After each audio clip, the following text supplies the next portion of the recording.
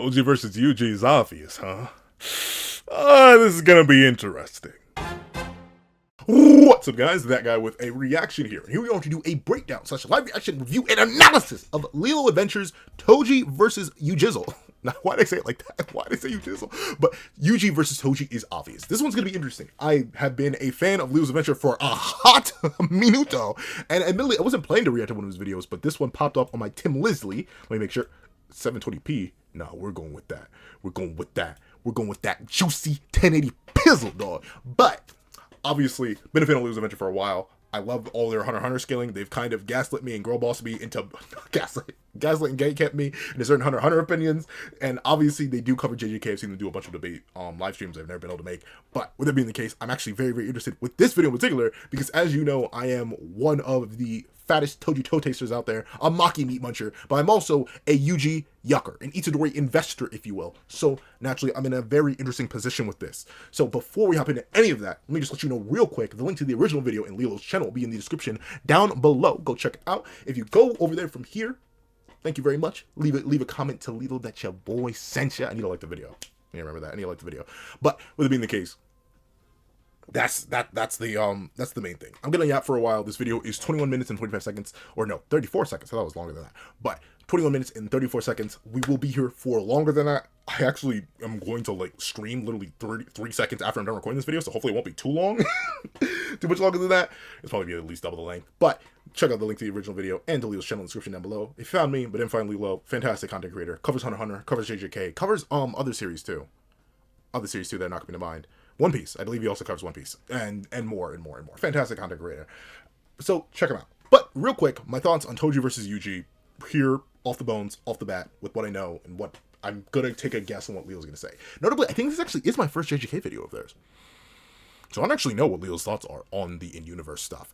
But with that being the case, off my dome piece, I think he's probably, but like, would he give it to Yuji? I'm gonna put cards down and say LeeLos may give it to Yuji, but I'm gonna tell you why I'd give it to Toji. It's mainly SSK and Yuji's iffy, and I do mean iffy, speed scaling. I literally have a Maki versus Yuji video ready in the works. I'm not gonna be able to record that script today as originally planned, but I'm gonna record it. I'm gonna see if I can get that in production. I have very, very funny thoughts about that I know some people are gonna like. But real quick, if I had to go over it, I don't think you have any real evidence to prove that Yuji is actually relative to Sukuna in hand-to-hand. I just don't think it exists. or relative to him, maybe in hand-to-hand skill, even that's really questionable considering Yuji gets dog the second Sukuna has 4 hands again. But I don't think you can really say that Sukuna is relative to Yuji or Yuji is relative to Sukuna. And thusly, I don't think you can use any of those feats to really say that Yuji should put the beats on Maki or Toji speed-wise. I also think that Maki and Toji have the perfect hit to counter someone like Yuji, mainly because Yuji's entire thing is that, you know, he blocks a lot of the attacks he gets hit with or eats them and then RCTs them off. He used to just eat them, but now he can RCT them off. The big issue with Maki and Toji is that with SSK, they set durability to 0. So ultimately, when Yuji goes to block a sword swing from Toji, if it's SSK, it cleaves right through his arm. And we know that Yuji's RCT is fast, it's good, it's juicy, it's devious and diabolical. But I don't think his RCT is good enough that he could very quickly recover an entire limb if it's kicked off or like sliced off of him. Same thing if he gets hit in the torso, same thing if he gets hit in the neck. Do I think Yuji can heal SSK? Yes, but just like with Sukuna, I think it would take him a little bit. Yuji is really, really good with RCT. He does have it, and he does have more efficient RCT than most, but I don't think he's at the same level as Sukuna with RCT to the point where he could just immediately pop out an entire limb. He'd probably have to go to reconnect it, and if Toji keeps attacking with SSK, ultimately, I think it's a really bad domino effect for Yuji.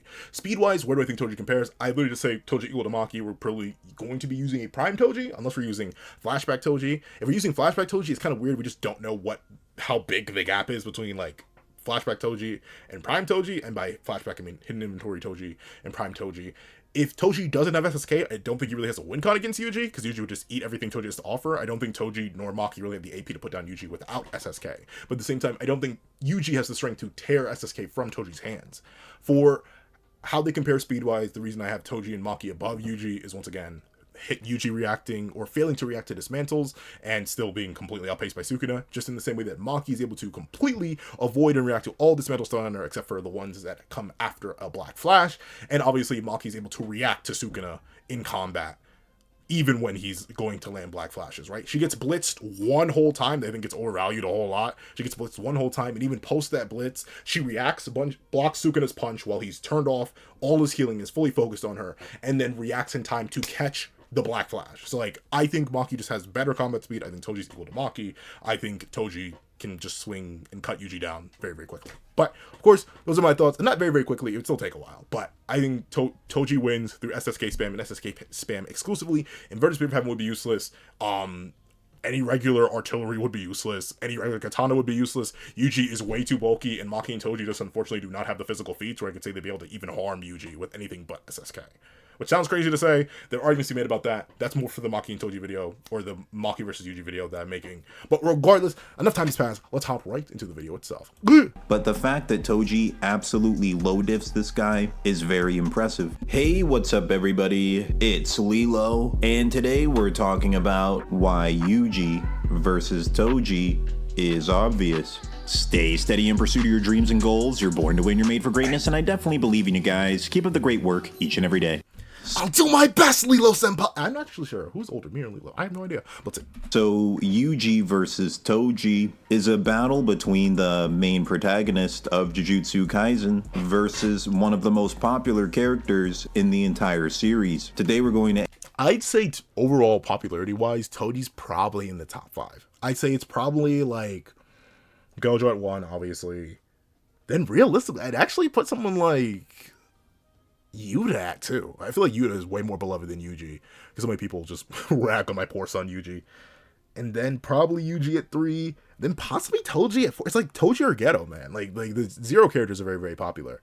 But yeah, Toji definitely is one of the most popular characters in the series. But I also would say he's one of the more powerful characters in the series, even still, once again, because of that juicy, thick, scrumdiddlyumptious Maki, backscale, plus SSK, plus speed diffing a lot of characters. I guess I should probably go a little bit more in depth on why I think Maki could still be faster than Yuji. Because let's say we throw out Sukuna for both of them. We'll just completely throw out Sukuna for both of them, right? Because obviously neither Maki nor Yuji actually scale to Sukuna physically, or at least like not fully. You can argue Maki has like reaction speed and comparable to him sometimes, but once again, that blitz is really, really bad. And I'm trying to think of a time where Yuji got like blitz in the same way that Maki got blitzed at one time. And technically, it doesn't actually exist, I don't think. He just gets outpaced consistently whenever Sukuna is actually trying against them. But Sukuna rarely actually tries against Yuji. That's a whole nother thing. That's a domino effect. Once again, I'm going to save that for the actual scripted video I worked on. But another reason why I think Maki and Toji are fast enough to at least never really get hit by Yuji, because that's the other big thing I didn't really go into when I was explaining the preamble. The reason I think Yuji is going to struggle to hit Maki and Toji is because Yuji has Zero. Hold on. Let me throw it up real strong. Zero range. The only ways we've seen Maki and Toji's precog get overcome is when you can genuinely blitz them. And like I said, unless you discount all of Maki's feats and then only apply Yuji's feats and then say, Yuji can blitz Maki, I just don't think that exists. So they're relative in speed at worst. But we know being relative in speed with Maki and Toji isn't enough because of their precog.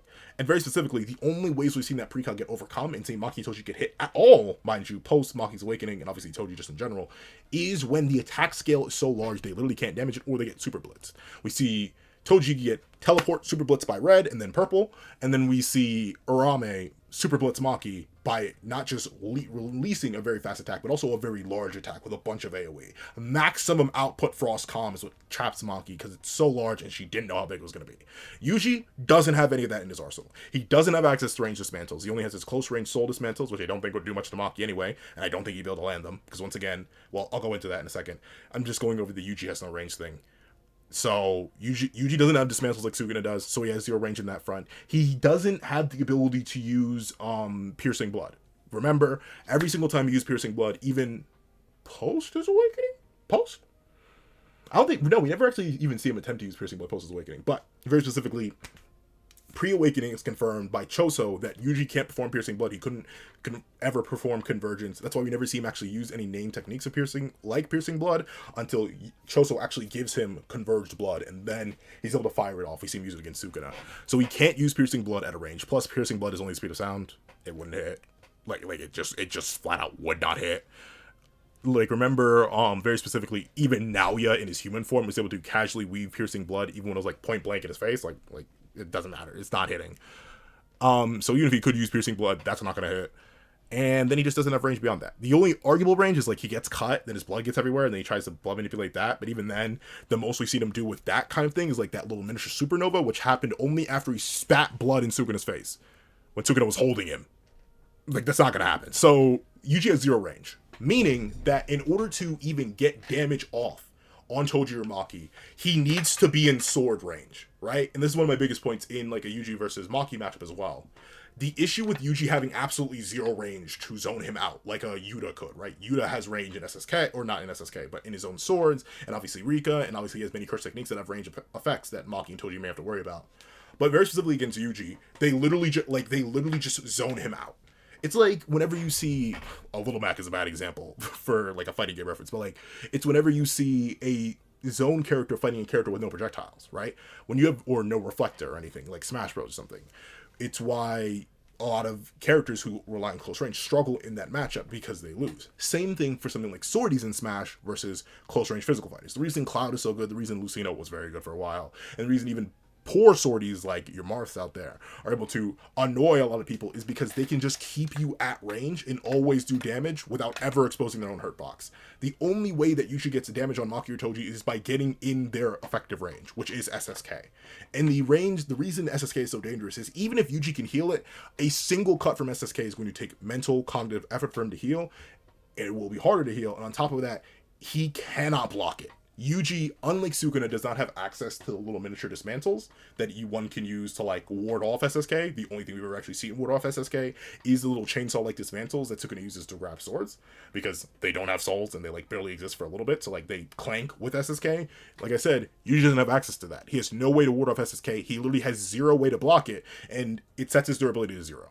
Yuji does not have a stronger soul than Sukuna, or more soul understand. Well, he has more soul understanding technically, but it's never implied that Sukuna has a stronger soul than where Yuji has a stronger soul than Sukuna. And if SSK is able to cut through Sukuna's soul and completely set his durability to 0 as well, to the point where Sukuna never wants to actually interact with it, I don't think you can prove that Yuji has a strong enough soul to actually like, bulk his soul up to reinforce and take a hit from SSK. So essentially, Yuji's biggest issue, he has no range. Toji has the range advantage, and he has the perfect sword to just cut Yuji down slowly but surely. And Yuji's RCT, while good, isn't as fast as Akari's or Gojo's or Sukuna's, meaning that his RCT would be too slow to restore an entire arm, an entire leg, a good cut to his torso. So I think Toji and Maki beat him in that way, just win con wise. But speed wise, the reason I say Maki and Toji have the advantage is because completed Toji and Maki are like above the perception of the 6 eyes for one. Like Toji can barely, or Teen Gojo, while admittedly heavily fatigued, can barely perceive Toji's raw movement speed. And on top of that, combat wise, we've seen Maki and Toji, once they have their precog and are fully activated, are able to completely weave around Cursia, who should be faster than Naobito, who should be faster than Naoya. And we saw how Naoya was still leagues above every sorcerer. Naobito stayed to be the 2nd fastest sorcerer, except for Satoru Gojo himself, of course. No other sorcerer states that statement. Yuki had already been shown by that point. Modern Yuta had already been shown by that point. And with that being the case, I just don't think it's really feasible to argue that any of those characters actually surpassed Naobito or Cursia specifically in speed. Meanwhile, Maki bullies Cursia in speed by consistently weaving around him even in midair. So I think with that level of speed assertion above everybody else, the reaction speed to be able to do stuff like that, and the perfect weapon, I think ultimately Yuji just gets run down by Toji and Maki, who kind of just bully him because he has no range. But let's hop back into the video itself. Analyze every single power-up and ability these two characters display to figure out overall who's more powerful than who between these two characters. Toji, from the moment we see him fight, displays a list of impressive feats. He moves so fast that an exhausted, pre-awakened teen Gojo is impressed by his speed. Toji himself doesn't have cursed energy, which made it harder for Gojo to track him, but it's still an impressive feat on its own. Then goes on to absolutely low diff Geto, someone who's stated to be a special grade sorcerer a year later, and special grade sorcerers are stated to be strong enough to take on a nation. It's debatable on what. Now, notably, oh, well, actually, let him cook. whether or not Geto was already a special grade when Toji fought him, but the fact that Toji absolutely low diffs this guy is very impressive. And the one thing I do want to admit, I also think neither Geto nor Gojo were actually special grades at the point of hidden inventory, because we get that little panel of seeing the grade system, and very specifically, Geto is shown to be at like grade 1, and like Toji's curse is shown to be like a grade 4. So I don't think either of them were special grade. Not even Gojo himself at that point, because I don't think Gojo had the stamina to take down an entire nation, or at least like the wide range attack to also do it. So I don't think they were special grades at that point, and that's why a lot of people, whenever I say, Maki and Toji don't really have like the raw AP feats to put them up there with like a Yuji or Yuta. Hakari's weird, but like they don't really have the feats on top tiers, and people are always confused by that. And I'm like, think about it. Outside of Gojo and Geto, when they're teenagers, obviously much weaker than their adult states, Toji doesn't do any damage with like regular attacks. Sure, he backstabs Gojo when his guard is down, and he pierces through Gojo with Inverted Spear of Heaven, when technically his guard is also kind of sorted down because he wasn't expecting Inverted Spear to just go straight through infinity. So the reinforcement, piercing feat, Then obviously against Geto, who's not even a special grade at this point, okay, cool, you can take down a high grade 1, who apparently was part of the strongest at that time, but still, And then Maki's feat, and then you have Prime Toji's feats, or quote-unquote Toji Zenin's feats, against Dagon. Dagon's special grade curse. That should be pretty impressive, right? We know special grade curses are weaker than special grade sorcerers. That's just how the system works. Special grade sorcerer should always clear special grade curse. Kind of how these things work out. So ultimately, being able to bully Dagon and pierce through Dagon very easily with Playful Cloud, while impressive, is not special grade sorcerer tier. And then Maki doesn't really have any special grade feats, or at least in terms of like harming special grades without something like SSK. Think of it like, think of all Maki's fights. The Zenin clan, a whole bunch of grade 1s. Relevant. None of them are in special grade tier in terms of durability or stats. Then she fights Cursia, who is a special grade curse, but like I mentioned, special grade sorcerers clear special grade curses, or at least they should. Cursia is a weird one who you could argue can make, like, get some strides against certain special grade sorcerers, but still, in terms of like durability wise, Maki doesn't do any damage to Cursia with her regular attacks, and she barely does damage to him with SSK before she awakens and then just one-shots him, right?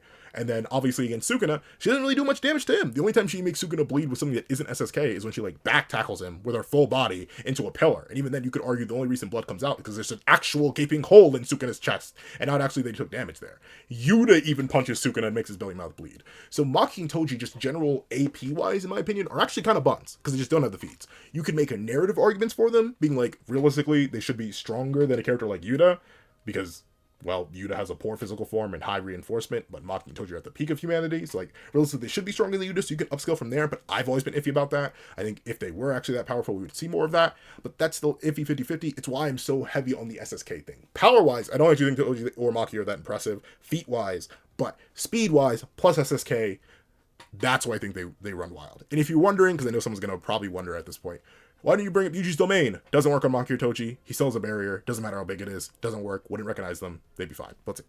In addition to The only thing is, though, against Toji in particular, it probably would steal away Toji's curse. So if he doesn't have SSK out there, Yuji traps the curse and then destroys it in his own domain, then Toji's probably cooked if he didn't take out SSK at that point. So there's the one Yuji win con, because Yuji just won by stalling. But let's see.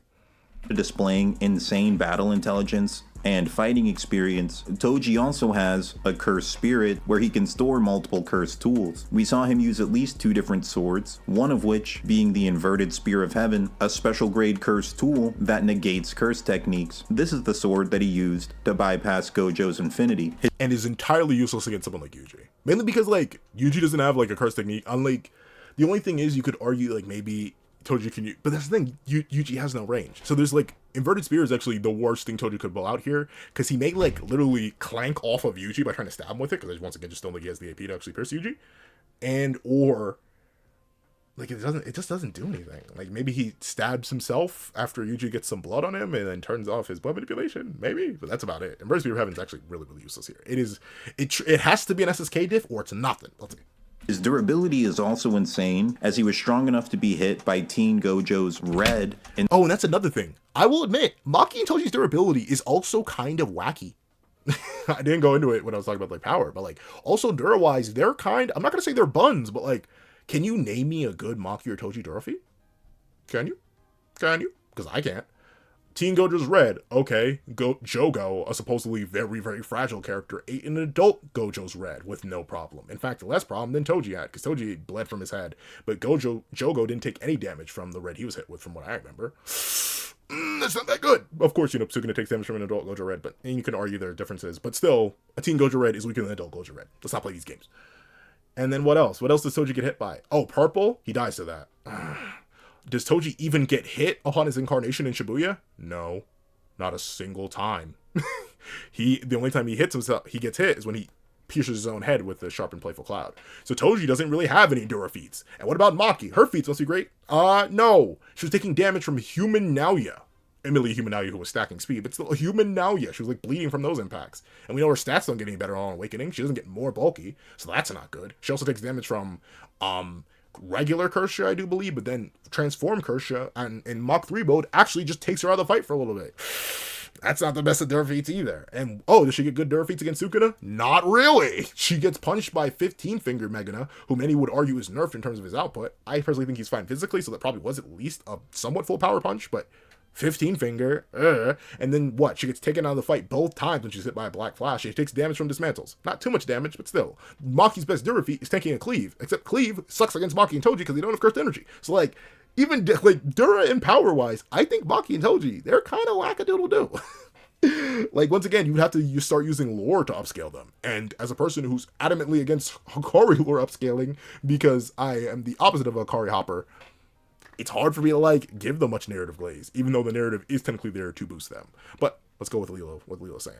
Still survive, and not only survive, but continue fighting. He didn't even break any bones from the attack. In the anime, we see that Toji reacts to and blocks this attack, but in the manga, that's never shown. Yeah. The anime does, and that's why the anime makes Inverted Spear worse, because it blocks the red but doesn't turn it off, and that's kind of buns. That like the anime Inverted Spear of Heaven is actually garbage, and Toji's reaction feat to the red is actually worse. It actually makes it worse in comparison to him just face tanking this red, which just blow him through a big building, but still doesn't mean all too much. We'll see. There's a real possibility he just got hit square in the chest with this attack and then brushed it off. We don't even know the limit of everything. But this is the panel I'm talking about, right? Where you can see Toji's literally bleeding from his head off of the one red from a freshly awakened Teen Gojo. Well, Teen Gojo is definitely still a very powerful character and still unironically a top tier. He's like a Kashimo style top tier where he probably gets domain diffed a lot. Still, it's really hard to scale him super duper high.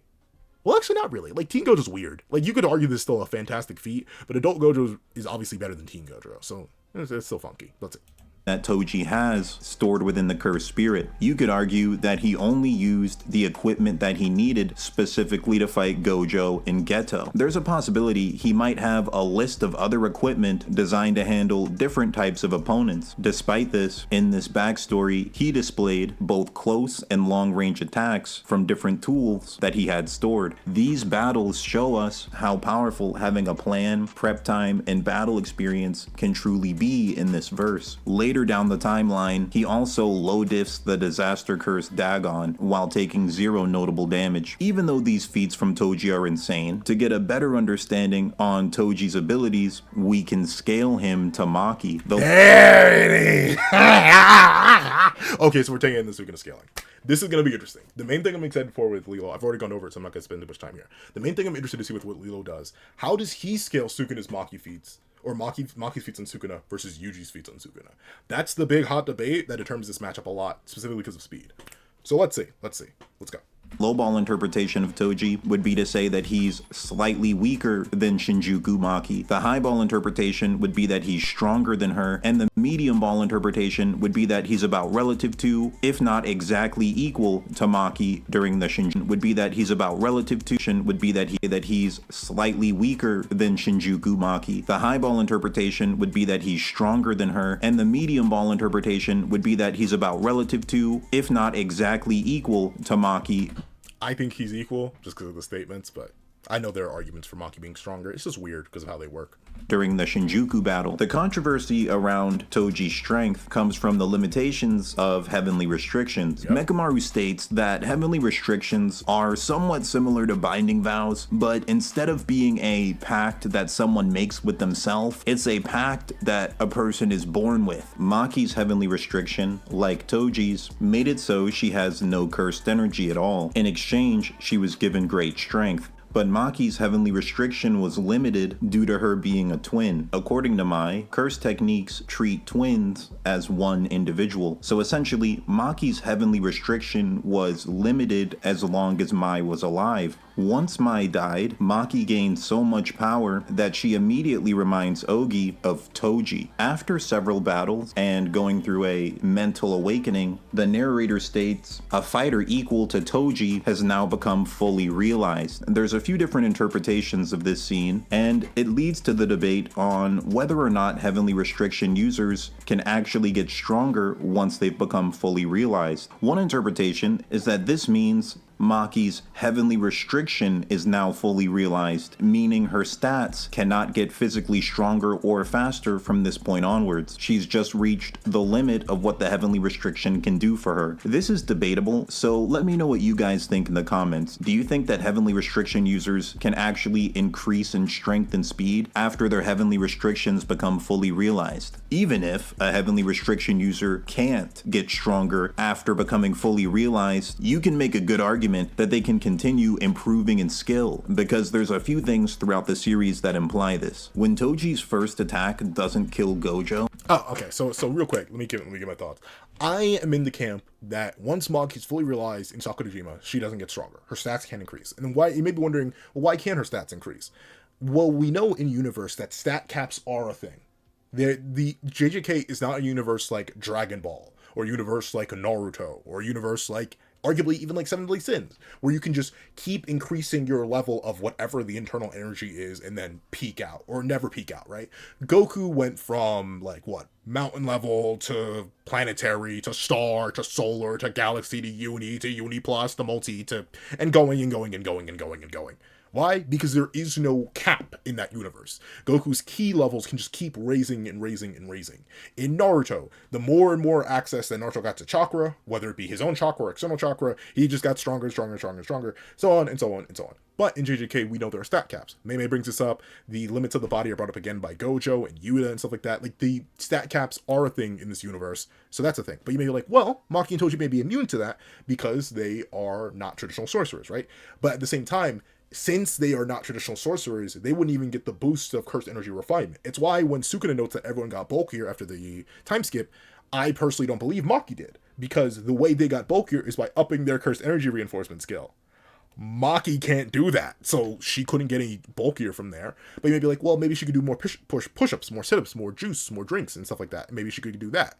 The only reason I don't think that's the case is not only does Sukuna, who already fought Maki beforehand, not make a singular comment about Maki's strength increasing, unlike everybody else, but on top of that, it wouldn't really make sense for them to be completed, quote-unquote, if they could go higher. If the statement was a demonic fighter equal to Toji Zenin had reached the level, or no, a demonic fighter born, or no, something about like reaching the level of Toji Zenin, right? And specifically not fully realized would be the thing here. A demonic fighter equal to Toji Zenin was fully realized. That at least implies to me that Toji Zenin was like the limit. He was the cap. He was the peak, because he was a naturally born person with zero cursed energy. Maki wasn't. She reached that peak, capped out. Toji gets less skillful and he gets quote-unquote weaker because he's out of his prime. But that's at least the way I explain it in my script, is like, imagine if there was an athlete who was in the prime of their life, prime peak of their sport, and that was it. But then they stopped training for like 5 years.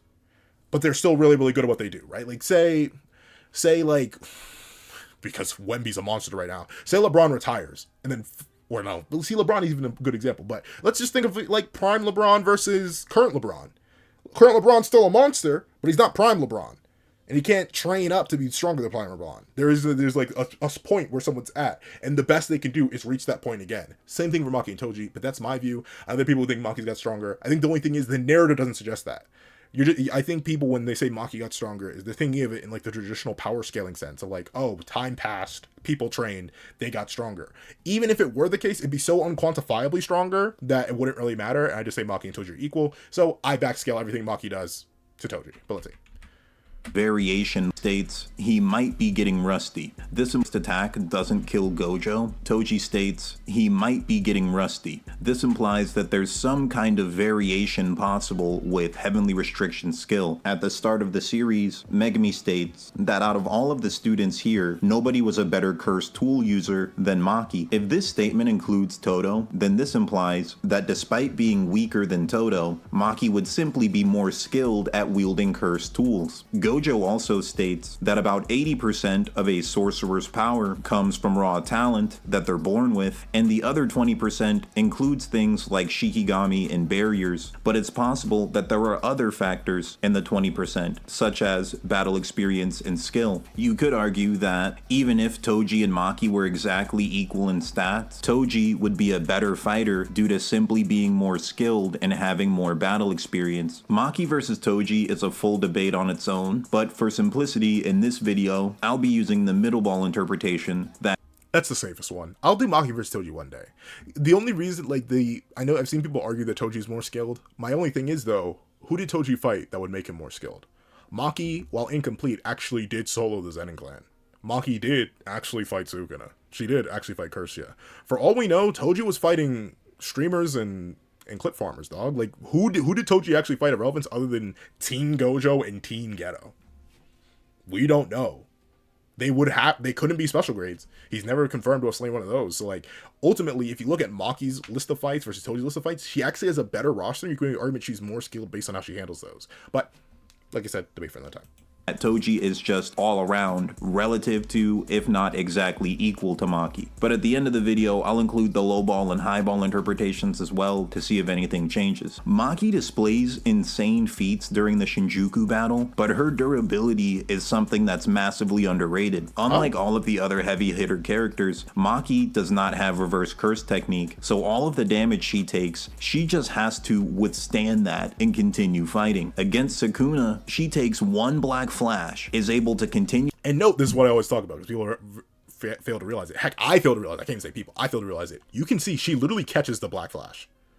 Sukuna grabs the sword, but she rips the sword out of his hand. You can see she's still holding SSK. And in her left, she palms his fist on the black flash. She's goated. My only reason why I don't count this as a good durability feat is because she disappears from the fight long enough for the entire Kusakabe fight to happen. It's like she lives, and we also know she has a slight healing factor. And we know when she has internal bleeding, internal damage, 5 minutes is all she needs. I think Kusakabe's fight at least lasted 5 minutes. So, like, she did get healed off screen by her own healing factor. So in combat, I'd say her durability isn't still that good. But it looks like Elio's giving her a good point on durability. And this is probably going to come back to haunt Yuji later, if we're actually saying she can tank Sukuna black flashes. Let's see. Fighting. Takes cleave, is still able to continue fighting. Once again, cleave and its effectiveness on Maki is really, really questionable. One, because obviously Sukuna's nerfed here in terms of, like, you know, Yuji, and also because she has zero curse energy. Cleave probably can't adjust to her that well. At least I don't think so. But this is still a good feat. Technically, if we take this feat at face value, she does better than Yuji does from a cleave. Because you'll remember, when Sukuna cleaved Yuji, he was down and out of the fight for a bit. But when Maki gets cleaved here, she basically walks it off. Let's see. Then takes a second black flash and dismantle slashes that Maki states have an increased output and is still standing afterwards. That's absolutely insane. But she does disappear from the fight after this. She does not continue to engage in the battle, unfortunately. But let's see. Especially when you compare it to Yuji. Yuji, every time he was hit by cleave, it was considered a fatal attack. It literally one-shot him. Yuji has dialogue where he says he took 4 fatal injuries that would have killed him without reverse curse technique. And some of these injuries were from cleave, meaning Maki was able to take an attack that one-shot Yuji to the point where he was going to die without reverse curse technique and just continued fighting afterwards. That alone shows you that Maki, and by extension Toji, have more raw durability than Yuji does. Okay, then this battle may be over. That would have been... Personally, I actually kind of disagree, mainly because I think Cleave interacts weirdly with Maki and Toji, but that's, once again, very debatable. The way Leo's interpreting it right now, unless he does some glaze for Awaken Yuji, because notably those are pretty Awaken Yuji feats. I personally don't think Yuji's stats change that much after Awakening. That's just me, though. But with that being the case, we're in for an interesting point here. Let's keep it going, then. attacks that can one-shot kill Yuji if he doesn't use reverse curse technique, Toji can just take that to the chest and keep fighting. All that being said, let's scale Yuji and see how he compares to this monster of a character. Yuji's most impressive feat is the simple fact that he fights Sukuna longer than everyone else in the Shinjuku battle, excluding Gojo. This implies that his durability is absolutely insane, but it should be noted I'd say it's more so a testament to his endurance rather than his dura. Because every time, like LeeLos mentions, every time he gets hit by a serious attack by Sukuna, he goes down for a little bit. Let's see. Yuji does have reverse curse technique, so he was able to heal himself from attacks that were going to kill him multiple times over. Despite this, the feats Yuji performs are extremely impressive. If you're lowballing Yuji, you could use this statement from Kenjaku in which he is speaking about the sorcerer's heavy hitters, and we get a panel showing Maki, Yuta, and Hikari. We don't see Yuji in this page. Based on that statement alone, you could make an argument that Yuji, at least at the start of the Shinjuku battle, was not as strong as Maki, Hikari, and Yuta. Some counter arguments to this is that maybe this is just Kenjaku's perspective. It is very likely, because he knows nothing. Neither him nor Sukuna actually end up knowing anything about Yuji's progression over the time skip. So I agree with that interpretation. No idea how much stronger Yuji's become during the 1 month of training. Another counter argument is maybe this is Gege's perspective, the actual author of the story, and he's showing us that he doesn't think Yuji is on the level of Yuta, Hikari, and Maki. Something else to consider though is that Kashimo's not included in this picture either, so it opens up some interesting Maki versus Kashimo debates. It should also be noted that Yuji by the end of this battle is considerably stronger than he was at the start. After hitting Sukuna with about 7 black flashes back to back, Yuji awakens Shrine. This shrine has a lower Actually did off the first. We'll see. output than Sukuna's curse technique. Sukuna states that because Yuji just awakened Shrine, his output with the technique was low, and his punching accuracy was actually more dangerous. Also, every time we see Yuji use Shrine, he has to physically place his hand on whatever he's cutting before he can cut it, meaning Yuji might not have long-range dismantles yet outside of when he's using his domain, but Toji doesn't have any cursed energy, so he can't be recognized by a domain's sure-hit techniques anyway. Yuji also uses this technique to cut the barrier between Sukuna and Megami's soul directly, and this creates another debate on, can Yuji just do soul damage to anybody with his curse technique? I think not. I think not. I think not. But let's see what LeeLos says. I think not because it's never stated. He only attacks the barrier. Bada bada bing, bada boom. I've done this argument a bunch of times. Let's go.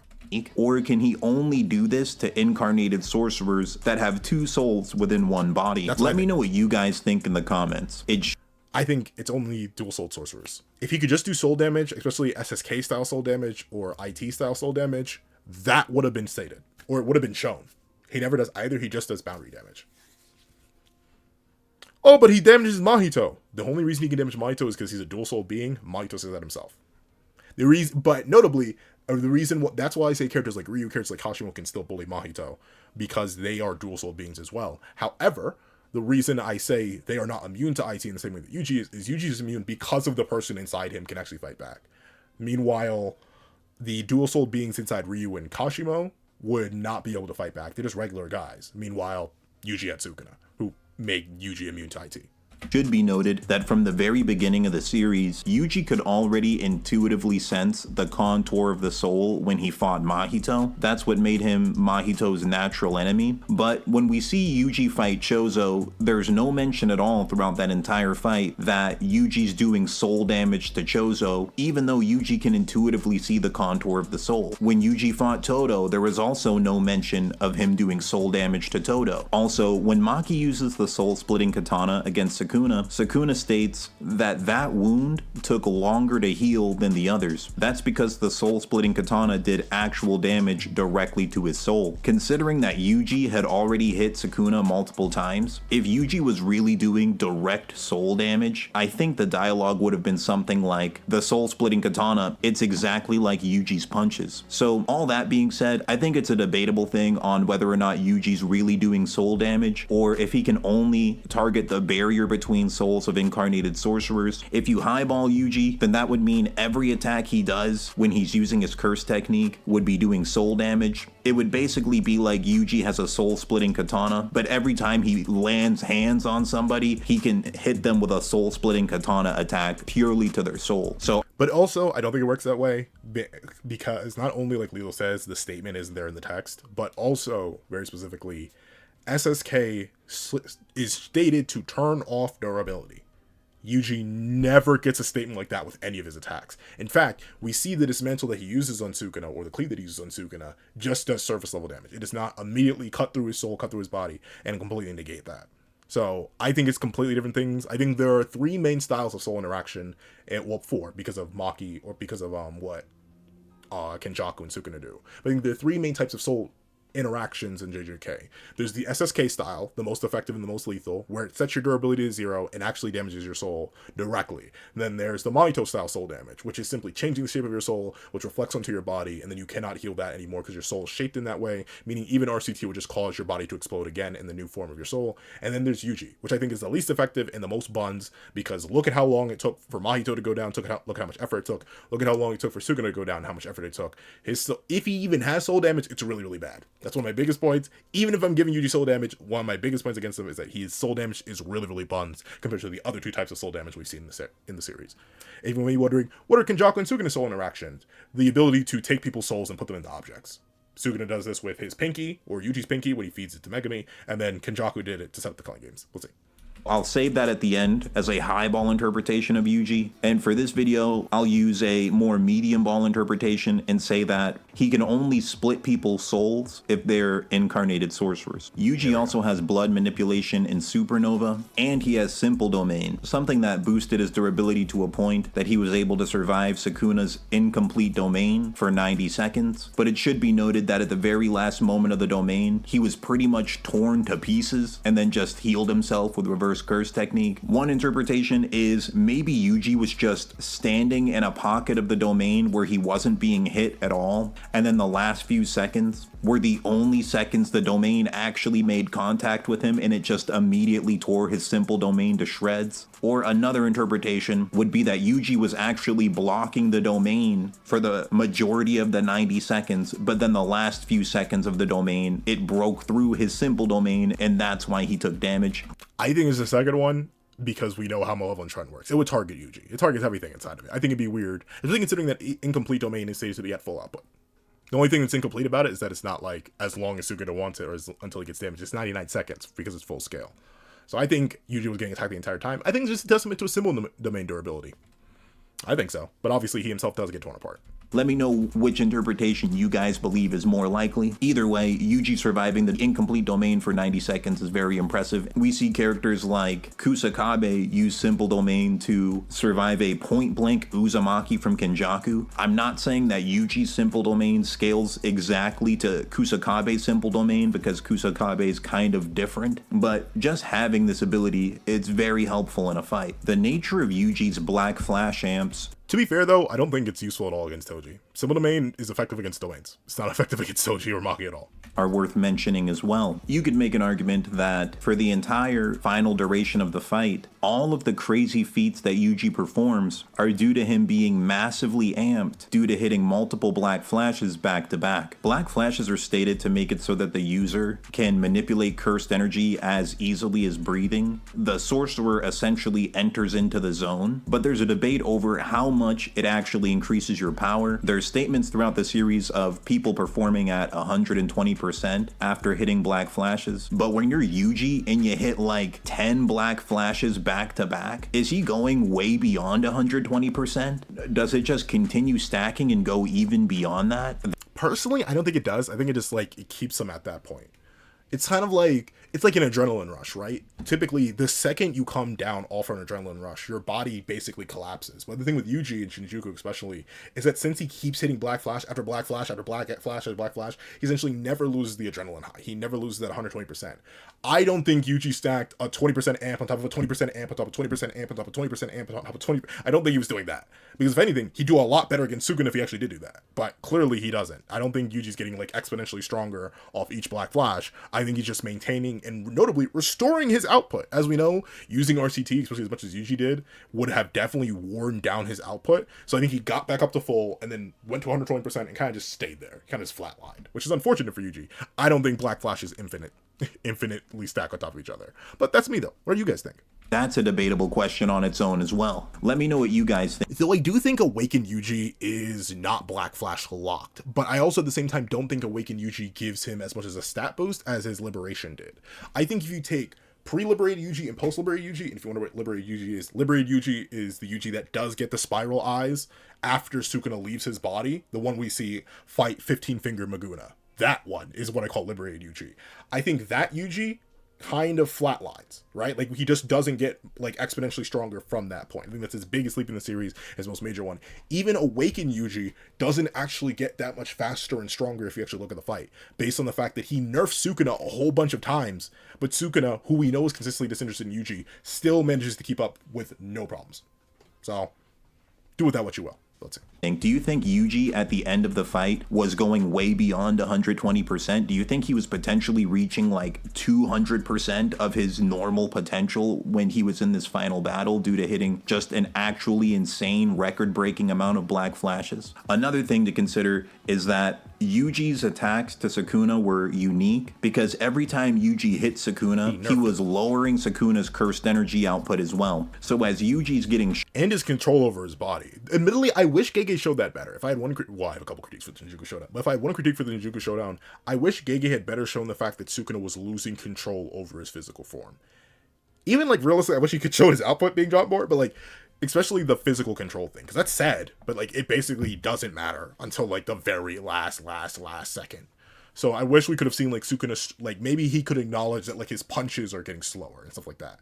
Because notably, Yuji hits so many Black Flashes, but Sukuna, even after all of those, is still able to keep up with him, if not outpace him. So like it's really, really bad for Yuji. So if Yuji is at like a super giga 200% buff state that he could only hit after that many Black Flashes, and he still wasn't able to really keep up with a giga nerf Sukuna, who did regenerate his heart by the end, but like still, it's really, really bad. Even while domain buff, Yuji's not really able to outpace Sukuna. He needs Nobara to come in and clutch up at the end. But let's see. Stronger and stronger, this massively nerfed Sukuna is getting weaker and weaker as well. So Yuji's feats are very impressive, but we really should keep in mind that Yuji's massively amped while Sukuna's massively nerfed. So much so that even Todo is fighting side by side with Yuji, landing some attacks on Sukuna. Finally, it should be noted that even before Yuji hits any Black Flashes at all in this fight, he was still strong and fast enough to keep up with and do combo attacks with Yuta, while Yuta was in his domain being buffed by the domain. Gojo states that domains buff your stats, so the fact that Yuji at the start of the Shinjuku battle is able to keep up and do combo attacks with a buffed Yuta is actually insane. All that being said, who would be more likely to win between Yuji and Toji? The reality... Okay, based off what he said so far, and how skeptical he's been about Yuji's feats, and specifically the upskill he's done for Toji and Maki, he's gonna say Toji. Where before I was like, yeah, he may go Yuji. In this case, I think he kind of has to say Toji, based on the arguments that he's made. The only thing is, though, he didn't bring up SSK at all. And unless I missed it, he didn't mention SSK once. And that, in my opinion, is the only win con Toji has against Yuji because of his bulk. So I'm interested to see what he says. So I'm gonna say he's going Toji. I'm gonna say he's leaning on my side, thinking Toji would win. But let's let LeeLos cook.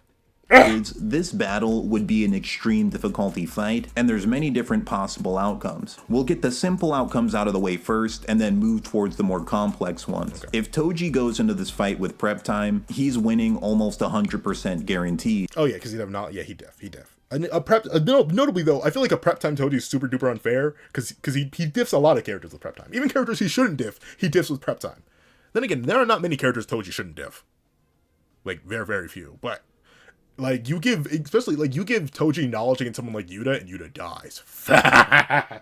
For Yuta and Toji to be a fair fight, in my opinion, it needs to, like, they need to just meet randomly. You need to somehow set the battle up that way.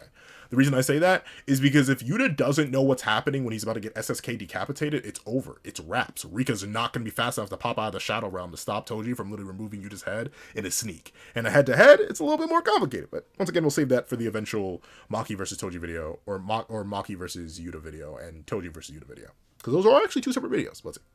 He simply has too much battle experience and too much fighting intelligence and is overall just too strong with these advantages to lose a fight against Yuji. The fact that he was able to put a plan together to defeat a teen Gojo means it's almost guaranteed he'd be able to put a plan together to defeat Yuji, someone who's relative to him and honestly probably not as smart as he is. And to clarify, we're talking about Yuji who has Shrine. At the end of the Shinjuku battle, assume he's at full power and hasn't hit any black flashes yet. That's the Yuji we're talking about here. Now, if these two are just fighting, the simple answer is this. At the start of the fight, Toji would be more likely to win, but as the battle drags on, Yuji would be more likely to win, because Yuji has reverse curse technique and a high chance of hitting black flashes, meaning as the fight goes on... I think the biggest thing is, LeeLos didn't go too far in depth to like who has the speed advantage or not.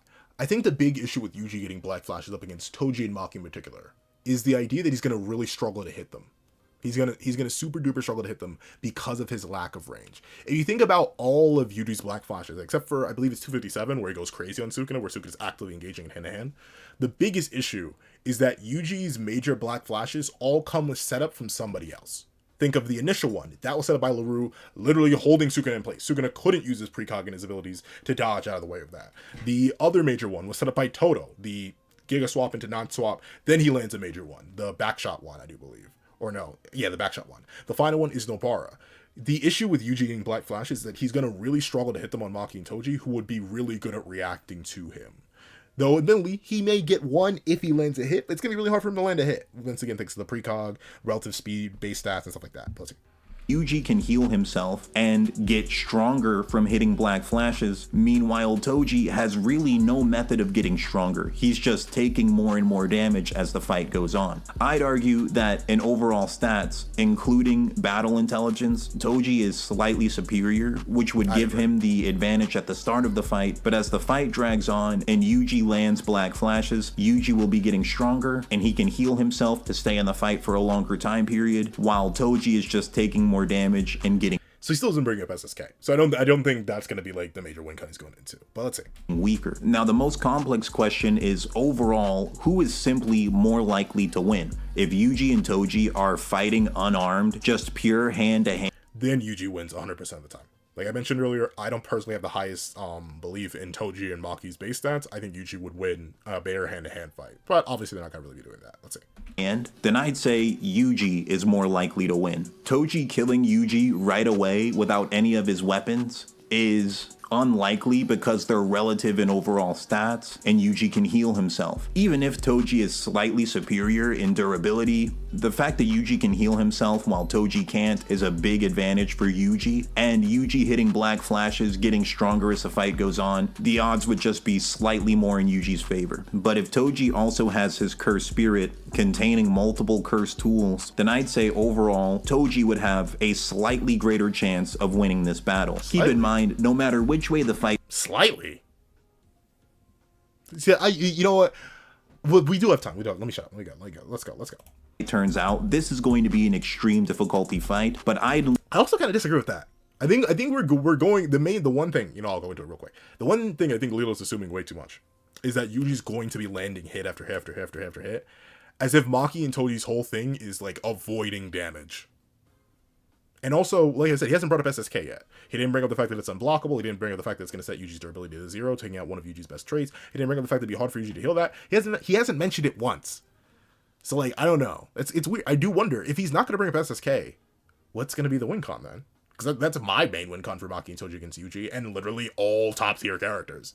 So I don't know. Let's see. We have time. Lean more towards Toji being slightly more likely to win against Yuji when you factor in everything that he has within his cursed spirit. Something I didn't mention earlier on is that Toji stored countless flyhead cursed spirits within his own cursed spirit. Using the flyheads as a distraction would further tilt the odds of victory in Toji's favor. Who knows what... Actually, that could possibly make it worse, because if Yuji locks in and hits black flashes on every single one of those bugs, that could actually amp him to the moon and back. So actually, the less variables Toji introduces into the fight, the better. Because Yuji is, in fact, the Black Flash guy. And obviously, it would be hard for him to lock it against Bugs, but I wouldn't be shocked. I really wouldn't be shocked. Let's see.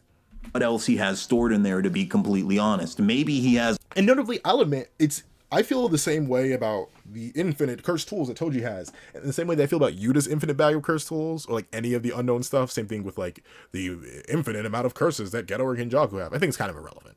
I think we go off what they have. We can't be living in the land of delusion and assumption, or the land of assumption, right? Because anyone could have anything. Yuta could have an SSK of his own, even though it's never proven. Like, that's the thing. I don't really like going into the unknowns, considering these versus battles are already filled with unknowns. I don't blame people for doing it, though. It's just something that I personally disagree with. And that's why, typically, if you go to my old versus battles, or even the battles I'm going to make now, you're going to see me basically never mention the unknown. I'll bring it up, like, in one sentence. I'm very specifically thinking of a Yuta battle I've written, and, like, I mentioned that he has unknown cursed tools, like, once. I only bring up the ones that we know he had, like the gauntlets he gave Yuji, and, like, that's it. That's the only ones he's ever really shown. Let's see. There's other cursed spirits in there that he could use as well. He might even have tools specifically designed for fighting somebody like Yuji. But another thing I never spoke about is that with the heavenly restriction that Maki displayed, she has a form of precognition where she's able to sense the change in the environment around her and predict what people are about to do in their attacks. Toji has this same ability, and Maki uses this to dodge attacks from cursed Naoya, someone who debatably may have been even faster than she was. So if Toji and you... Not even debatably, Naoya is, in fact, literally, especially at the Mach 3 form he's using, which Maki dodges later, is a whole, blitz tier above Maki. She couldn't even react in time. Yet the precog buff is so big that she's able to bully that Naoya. So the precog buff literally puts Maki a whole 2 speed blitz tiers above her base stats. Think about how insane that is. That's why. That's why the precog is so dumb stupid, and it's why I say many characters would struggle to even hit Maki and Toji. Because you gotta argue they're faster than Kershaw, which is really hard to do. Let's see. Toji are relative in overall stats, and Toji can use precognition to dodge attacks from someone who might even be faster than he is. Then you could make an argument that Yuji literally might not be able to hit this guy just due to the precognition. So yeah, this is Raps. He's thinking it's Toji, and I agree. I'm interested to see the comments on this one. I'll look later. Of heavenly restriction and them being relative fighters, Toji might just weave everything Yuji throws. I think that's a bit of an exaggeration, to be honest. Really? I think the more likely interpretation is that it would just give him an advantage in overall hand-to-hand combat, and he might evade a lot of attacks, but I do think Yuji would land damage on Toji. As I said before, I think this fight ends extreme difficulty. Also, Toji's raw strength isn't really a factor because he has soul-splitting katana. Okay, there it is. Battle's over. All right, let's go. It ignores durability and does soul damage directly. So we saw that Sukuna was able to heal soul damage with reverse curse technique because he understands the boundary of souls. So in theory, Yuji should be able to do the same thing. It just takes longer to heal from that than a normal attack would. But overall, I lean towards Toji simply being slightly more likely to win against Yuji. And Yuji's domain wouldn't even work on Toji anyway because Toji doesn't have cursed energy. Toji is just simply a smarter, more experienced fighter than Yuji is. Precognition is a big advantage. The unknowns of everything within the cursed spirit is also a good advantage, and Yuji does not start the fight as strong as he was after multiple Black Flash amps. He has to build up to that level of power by hitting Black Flashes. Something to consider, what happens if Yuji hits 0 Black Flashes in their fight? In that case, I'm saying that Toji wins almost guaranteed. That seems pretty much... That's mainly where I go. I think it is super weird. You have to make some silly arguments for Yuji to have him beat Maki or Toji, mainly because of the precog and SSK. That's the main thing. But let's say much impossible because Yuji hits Black Flashes like all the time, but we know that's not actually true. Like, when you think about it, Yuji doesn't hit a Black Flash in the Higuruma fight. He doesn't hit a Black Flash in the Choso fight. He doesn't hit a Black Flash in the helicopter people fight. He doesn't hit a Black Flash until, like, how late into the Sukuna fight? After how many people have fallen, and he gets the perfect setup for one. I think you people, they see Yuji land the one and then go crazy and forget that Yuji, he's not necessarily a Black Flash merchant until, like, late into battles. Like, real late into battles. Like, that guy he doesn't get Black Flashes for free, like a lot of people assume. He's just good at them once he gets going. But he takes a while for him to get going. Let's see. When he fought Chozo, he didn't hit any black flashes. So it is a possibility that he can fight people without them happening. So now let's talk about the highball version of Yuji versus Toji. The highball version of Yuji versus Toji is that Toji is stronger than Maki, and Yuji, if he touches you one time, he's basically like damaging your soul. In this case, Yuji wins for sure. He might be able to. I think even if you highball Yuji to just having soul damage, his soul damage sucks. Look at how much it did to Sukuna, aka nothing. Didn't do much to say. So once again, I think, but you know, it's fine. He essentially, I feel like LeeLos is trying to give Yuji a dub. I think he's like by kind of glazing over the idea that Yuji could even hit Maki and Toji, not really going too deep into the speed comparisons there, by giving Yuji SSK style soul damage when at best he has like booty SSK style soul damage. Like literally, he doesn't even have SSK style soul damage because his attacks don't set Dura to 0. So like, I don't know. Like it's fine though. It's fine. I know what side LeeLo's on. It's perfectly fine. I agree with the video. Let's see. How much time is left? One-shot Toji. Yeah, if you use this interpretation of Yuji, he might be able to just hit him with one shrine attack and just kill him. Or just damage his soul so much that he's nerfed, and then he just defeats him with his next attack afterwards. If we use that interpretation of Yuji, that all of his shrine attacks do soul damage, then Yuji's almost guaranteed to win. He only needs to land a couple of attacks and he wins the fight. But yeah, that's pretty much everything I wanted to say. The medium ball interpretation. He didn't even talk about highball Toji. Highball Toji who's stronger than Shinjuku Maki bullies Yuji, because Yuji's definitely never landing a hit there. But that's my interpretation of his highballs. I personally don't believe that, but let's see. Of both characters, Toji would be slightly more likely to win extreme difficulty. If the fight drags on really long though, Yuji becomes slightly more likely to win in that scenario. However, overall, I just say that it's slightly more likely overall that in most encounters between these two characters, unplanned, Toji would be slightly more likely to be victorious in a straight up fight, as long as Toji has his cursed spirit with him. Without the cursed spirit, Yuji would be more likely to win. And if you give them prep time, Toji is always more likely to win. And finally, with the highball interpretations of both characters, Yuji would pretty much always win that. He only needs to land a couple attacks and then the victory's his. So yeah, that's everything I wanted to say. Let me know what you guys think about this. Let me know what you think about the points that I said throughout this video. Thank you guys for watching. I appreciate the views in the comments. Like and subscribe, and I'll see you guys on the next one. Okay. There are 3 seconds left in the video. I'll let them play out afterwards, because I'm literally on my watch later playlist right now. So if I let the video keep playing, it's gonna move right to the next video. But overall, a W video. Overall, I agree with most of his points. I think he saved SSK a little bit too late. I think he notably, I think he's kind of.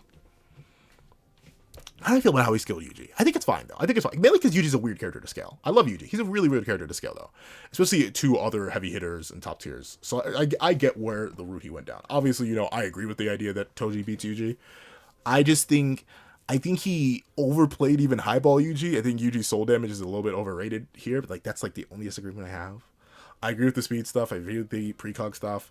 The only other main thing I disagree with, I think he keeps saying it'd be an extreme difficulty fight no matter what. No matter. I think it'd be the lowest diff it is like a mid diff, because especially in a random encounter, Toji's going to clank off Yuji a whole bunch. Woo, I'm so sorry. Yuji's gonna clank off Toji a whole bunch, or Toji's gonna clank off Yuji a whole bunch with like inverted spear and a regular katana, and bolts are gonna bounce off Yuji. Like that's the main issue at first. Toji's gonna struggle to figure out what actually works on Yuji. Then he's gonna get bored and go straight to SSK, and then Yuji literally can't block anymore. Yuji can block Inverted Spear of Heaven. Yuji can block a bullet. Yuji can block a regular katana. The second SSK comes out, he can't block anymore, and then he dies. That's why I think it's like a mid diff. Highest is like a high diff, because the main issue Yuji runs into is that he has 0 range. You have to prove he somehow gets through Maki and Toji's precognition, which is really hard to do. Like you have to, like I said, you have to glaze his Sukuna feast to the moon and back and completely ignore all their context. And then not only that, you need to somehow assume he gets around SSK or Toji just doesn't pull it out in time. But the fact that 9 out of 10 times, if SSK is being used, Yuji can't block, the damage is going to be hard for him to heal, if he can even heal it immediately, like Sukuna could after extensive exposure to SSK style soul damage. And each hit would be lethal, while Toji literally just outranges Yuji because Yuji has no range. But those are the only points I disagree with. Overall, a W video. Hope you guys enjoyed. If you made it all the way through this video, please leave Leave the fallen vessel. Ah, see what I did there? Because built in secret style of the vessel Yuji, but of course it's going to be the fallen vessel, as in Yuji's going to fall after Toji strikes him down. I see what I did there, and obviously Toji, the fallen one, but with that being the case, leave the fallen vessel in the comment section down below. I want to thank you so much for watching. Please leave a like, share, comment, and subscribe. Make sure you hit that little notification so you not miss out on any videos that come to the channel. Also, you do have a Patreon down below where you can support me for as low as $1 a month to get things like exclusive videos, early content, and more. And so now become a member to the main channel, That Guy with the Pencil, where you can get access to the same perks such as early videos, your name at the end of literally every single video, along with other perks such as being able to request videos of your own, this, that, and the third. And of course, if you want to just drop 5 beans for a short video or 25 beans for a long video, you can do that in the Ko-Fi in my description down below. But regardless, I want to thank you so much for watching once again. And I want you to check out the original video, please. As I thought, I ended up way longer, and I'm really, really close. I need to get ready to stream. But with that being the case, well, thank you so much for watching, and hope you guys have a wonderful day. This is That Got the Reaction, cutting off.